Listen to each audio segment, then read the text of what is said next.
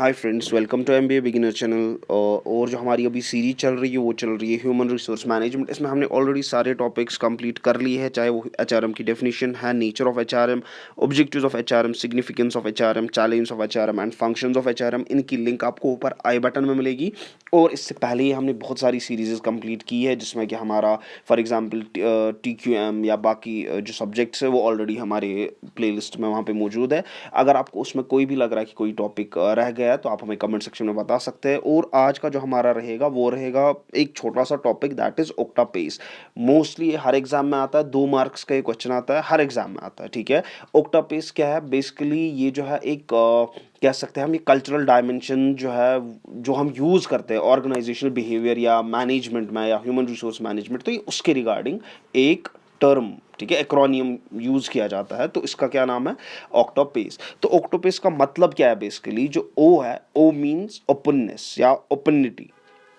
इसमें हम एनकरेज करते हैं कि आप ओपन कम्युनिकेशन कीजिए, ट्रांसपेरेंसी रखते हैं, so that everyone will be able to speak, ठीक है। हर कोई मतलब बोल सकता है कि दैट मेरा ये ओपिनियन है, हमें यहाँ पे ऐसा फैसला लेना चाहिए।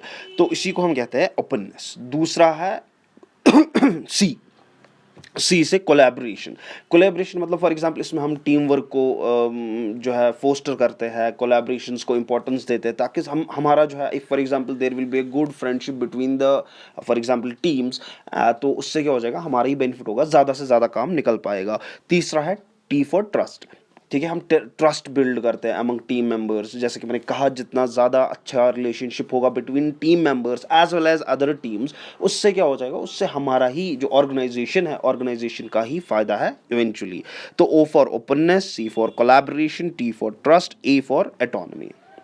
जैसे कि फॉर एग्जांपल हमें हमेशा इसमें जो है ये कहता है ऑक्टापेस कि हमें हमेशा जो है इंडिविजुअल की एटोनमी को सपोर्ट करना चाहिए, उसकी डिसीजन मेकिंग को सपोर्ट करना चाहिए। देखिए फॉर एग्जांपल अगर 10 लोग हैं तो 10 डिसीजन निकलेंगे, और हो सकता है कि हम उनमें से कोई ना कोई अच्छा डिसीजन भी देगा। अब फॉर एग्जांपल अगर हम एक या दो लोगों से डिसीजन लेंगे तो वहाँ पे प्रोबेबिलिटी है कि वो अच्छे हो भी सकते हैं या नहीं भी हो सकते हैं। जितना हम ज़्यादा लोगों से मशवरा करेंगे उतने ही ज़्यादा जो है फॉर एग्जांपल डिसीजन आएंगे, उतनी ही ज़्यादा हमारा कम्युनिकेशन गैप खत्म हो जाएगा। And the employees will feel कि ये हमारी ही ऑर्गेनाइजेशन है, जिससे कि इवेंचुअली फिर से किसका फ़ायदा होगा? ऑर्गेनाइजेशन का ही फ़ायदा होगा। पी से प्रोएक्टिव अप्रोच। प्रोएक्टिव अप्रोच को हम क्या कह सकते हैं? जैसे कि फॉर एग्जांपल इसको हम सिंपली कह सकते हैं पार्टिसिपेशन, ठीक है। जैसे कि फॉर एग्जांपल इन्वॉल्व करना एम्प्लॉयज़ को in the decision making process, ठीक है। और इसके बाद जो है पी के बाद आता है ए, ऑथेंटिसिटी, ठीक है। ऑथेंटिसिटी मतलब जैसे कि फॉर एग्जांपल आपको जो है रिकॉग्नाइज करना है, वैल्यू करना है जो भी आपके टीम मेंबर्स है या जो भी बाकी टीम्स है, जो वो कंट्रीब्यूशन दे रहे हैं फॉर द ऑर्गेनाइजेशन, वो या वो कोशिश कर रहे हैं to contribute towards the organisation, उसमें आपको उनको वो अप्रिशिएट करना है, उनकी ऑथेंटिसिटी को अप्रिशिएट करना है कि हाँ ये ऑथेंटिक है regarding the organisation to achieve their goals to as well as the organisation goals.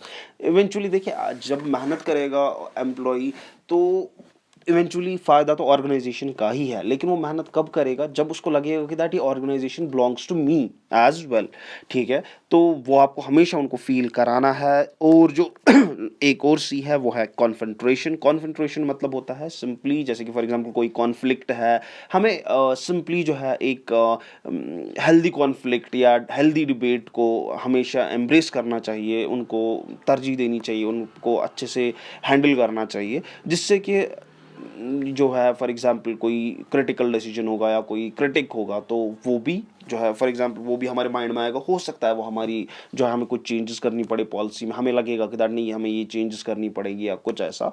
तो हमें इस ऑक्टोपस क्या कहता है कि दैट हमें जो है हमेशा for example healthy debate, healthy जो है फॉर एग्जांपल हेल्दी कॉन्फ्लिक्ट जो है उसको एम्ब्रेस करना चाहिए। लास्ट का जो है वो है एक्सपेरिमेंटेशन।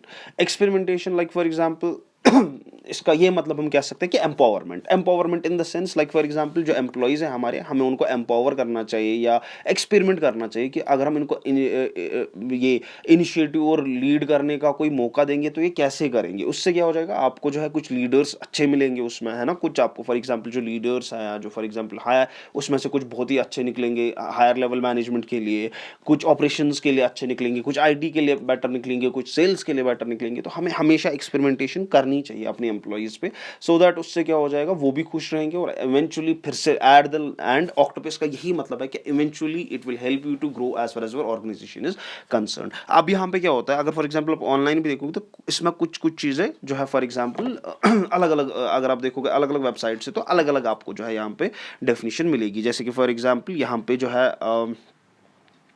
पहला आएगा कहीं पे ओपननेस, कहीं पे कुछ और ओपनिटी आएगा, कहीं पे कुछ और आएगा। तो बेसिकली यही है, सबका मतलब यही है।